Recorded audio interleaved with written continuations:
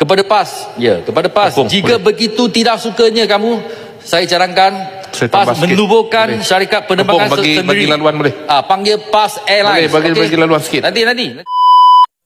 Berkenaan dengan cadangan tidak demokratik juga daripada ahli parlimen PAS untuk melarang Malaysia daripada menghidangkan ARA.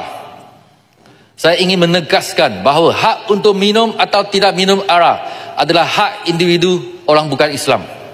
Malah syarikat penerbangan daripada negara-negara Muslim, daripada Arab seperti Emirates, Etihad, Qatar Airways dan Gulf Air sendiri menghidangkan ARA kepada penumpang mereka.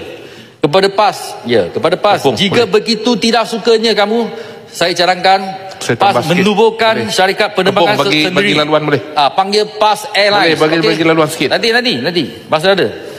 Itu PAS Airlines sendiri. Marilah kita sama-sama menanti berapa lama Saudi PAS Air, Pakistan Air, ada 9 airline tak sediakan arak. Kepun nak bagi tak bagi? Tak. Tak bagi. Tak. Sila Rahmat, Kepun tak bagi. Tubuh saja syarikat PAS Airline. Marilah kita sama-sama menanti berapa lama PAS Airline ini dapat bertahan sebelum bankrupt.